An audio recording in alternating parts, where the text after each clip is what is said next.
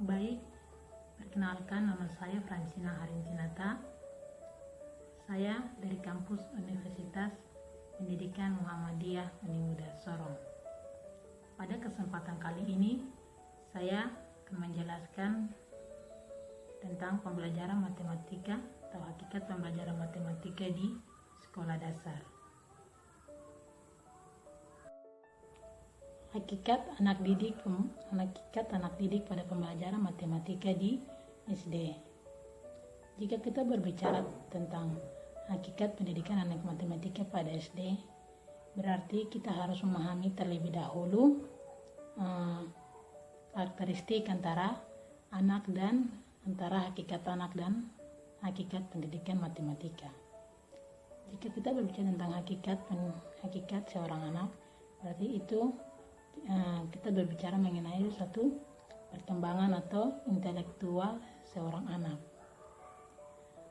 Kadangkala orang lain itu berpikir bahwa cara berpikir atau logika berpikirnya seorang anak itu sama dengan logika berpikirnya orang dewasa, tetapi ternyata tidak. Cara berpikir anak itu berbeda dengan orang dewasa. Itu baik dari mereka cara bertindak, mereka cara berpikir, cara berbicara, dan lain sebagainya.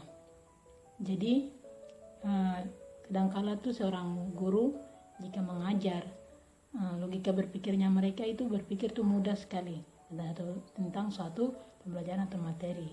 Tetapi apa yang mereka pikirkan itu bagi seorang anak merasa sulit dipahami atau sulit dimengerti apa yang mereka pikir, karena perkembangan anak itu berbeda dengan cara berpikir seorang dewasa. Jika kita memberikan materi kepada seorang anak itu, kita harus mencontohkan atau kaitkan dengan suatu hal atau benda yang nyata begitu, supaya mereka itu cepat pahami. Jadi perkembangan seorang anak tuh bertahap-tahap. Mereka tidak langsung berkembang begitu saja, tapi ada bertahap-tahap dari cara berpikir mereka, cara bertindak dan lain sebagainya. Tahap yang pertama itu, seorang siswa itu kita memberikan suatu pelajaran tuh kita kaitkan dengan suatu benda yang secara nyata yang mereka lihat atau benda yang berada di sekitar kita. Contohnya seperti buku atau pena. Kita memberikan contoh dengan memberikan ini satu buku ditambah dengan buku yang satunya, berarti hasilnya 2. Jadi mereka tuh cepat paham jika kita memberikan contoh langsung di depan mereka dengan suatu benda yang secara nyata. Itu tahap pertama, kita memberikan kepada mereka. Tahap yang kedua, mereka sudah mempunyai gambaran atau ilustrasi, bayangan begitu untuk suatu materi yang kita berikan. Misalnya kita sudah memberikan contoh seperti tahap pertama tadi, seorang siswa mempunyai satu buku. Jadi mereka punya gambaran dan ilustrasi. Berarti jika mereka bisa bikin dengan contoh benda lain begitu, mereka sudah bisa mempunyai gambaran dan ilustrasi tentang berhitung. Dan juga tahap yang ketiga tuh mereka sudah mulai menyusunnya dalam bentuk kalimat atau kata-kata. Jadi mereka sudah langsung menyusun kata-katanya sendiri tanpa ada bantuan dari seorang guru. Jadi itu cara bertahap-tahap berpikirnya atau berkembangnya seorang anak. Secara teori, berarti kita harus memberikan teori itu juga jangan teori yang mereka belum paham kita berikan, tapi kita harus pahami dulu terlebih dahulu mereka punya cara berpikir.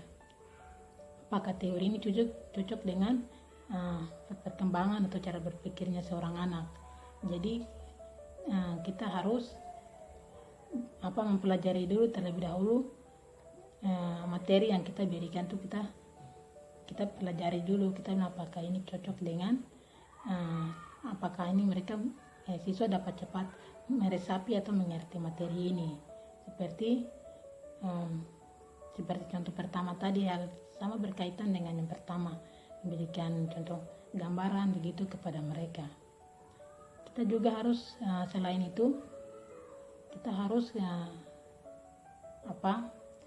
mempelajari mereka suatu cara-cara berkomunikasi.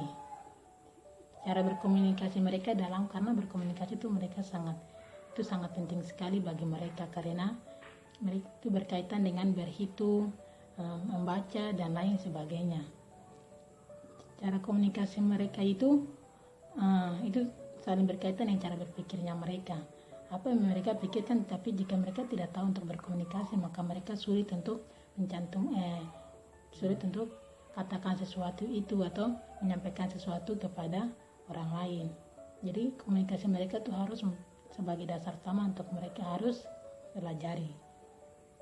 Ya, setelah mereka kita kasih belajar mereka suatu cara berkomunikasi yang baik untuk mereka bisa menyampaikan tugas atau menyampaikan atau berhitung. Berkaitan dengan mereka berhitung juga. Mereka berhitung jika komunikasinya kurang baik, maka orang yang mendengarnya juga mereka tidak mengerti atau kurang pahami. Setelah itu mereka juga mempunyai motivasi. Kita tidak boleh setiap hari memberikan materi pelajaran secara terus-menerus tanpa ada kita memberikan semangat atau motivasi, dorongan dari mereka. Karena siswa itu cepat bosan atau mereka tuh tidak pulang ke rumah, waktu mereka tuh banyak di rumah untuk belajar, bukan bermain. Di sekolahnya sedikit, tapi di rumah tuh waktunya untuk banyak belajar. Jadi kita memberikan motivasi kepada mereka. Kalian harus pulang ke rumah tuh tidak boleh bermain, tidak boleh ini, harus atur waktu sekian untuk belajar, sekian bermain, sekiannya mandi dan istirahat dan lain sebagainya. Sehingga orang yang pintar mengatur waktu itu orang yang sukses, itu orang yang nanti sukses di kemudian hari. Kita harus memberikan motivasi kepada mereka. Kamu harus rajin belajar, harus mengerjakan tugas dengan dengaran sama ibu, karena dengan hal tersebut kamu bisa menjadi seorang yang sukses melalui pembelajaran dari awal SD ini sampai ke tingkat pendidikan jenjang berikutnya. Kita harus memberikan motivasi kepada mereka. Terus kita memberikan harapan. Selain motivasi, kita harus memberikan harapan, karena kita memberikan mereka harapan kamu tuh apa, jika kamu sekolah terus harapan kamu ke depan tuh seperti apa. Mereka misalnya ada seorang siswa menjawab, harapan saya itu menjadi seorang dokter begini. Berarti harapan kami itu berarti mulai dari sekarang kamu harus rajin belajar, kamu harus dengar-dengaran sama ibu guru dan orang tua di rumah.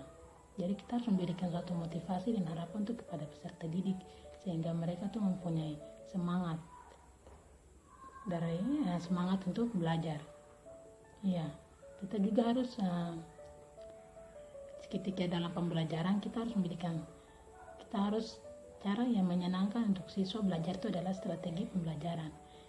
Kita harus memberikan strategi pembelajaran itu yang cocok untuk seorang anak itu dia merasa senang untuk belajar atau nyaman, tidak bosan begitu dengan pembelajaran. Misalnya strategi pembelajaran kita pilih itu belajar sambil bermain. Ada macam-macam strategi pembelajaran yang bisa kita terapkan sama seorang peserta didik. Jadi strategi yang kita pilih itu juga terboleh strategi yang buat mereka susah atau sulit dipahami begitu. Harus strategi yang membuat mereka tuh nyaman, seperti belajar sambil bermain. Kan dalam pembelajaran matematika itu ada banyak permainan, seperti permainan menghitung angka. Nanti kan menyanyi atau menghitung angka baru sambil mengoforkan pena dari teman satu ke lain. Dengan belajar sambil bermain tambah kita menulis sesuatu di papan, begitu menuliskan angka, lalu pokoknya ada banyak strategi pembelajaran yang banyak kita bisa terapkan untuk peserta didik. Intinya strategi pembelajaran itu harus cocok dengan perkembangan seorang anak, sehingga mereka tuh nyaman untuk menerima pelajaran, mereka tidak bosan. Jika kita memberi materi secara terus-menerus, maka mereka tuh juga merasa jenuh. Jadi begitu. Kemudian kita harus mempunyai model-model pembelajaran juga yang baik untuk seorang anak didik. Model-model pembelajaran tuh seperti contoh garis bilangan. Kita harus memberikan model pembelajaran seperti garis bilangan, misalnya dari kanan ke kiri, itu dari angka berapa ke berapa, terus kemudian angka berapa sampai ke angka berapa. kemudian dari kiri ke kanan. Pokoknya kita harus punya model-model pembelajaran yang baik lah, yang cocok untuk seorang anak tuh dia bisa nyaman dalam pembelajaran matematika. Ya, baik. Sekian hasil dari penjelasan materi saya. Terima kasih.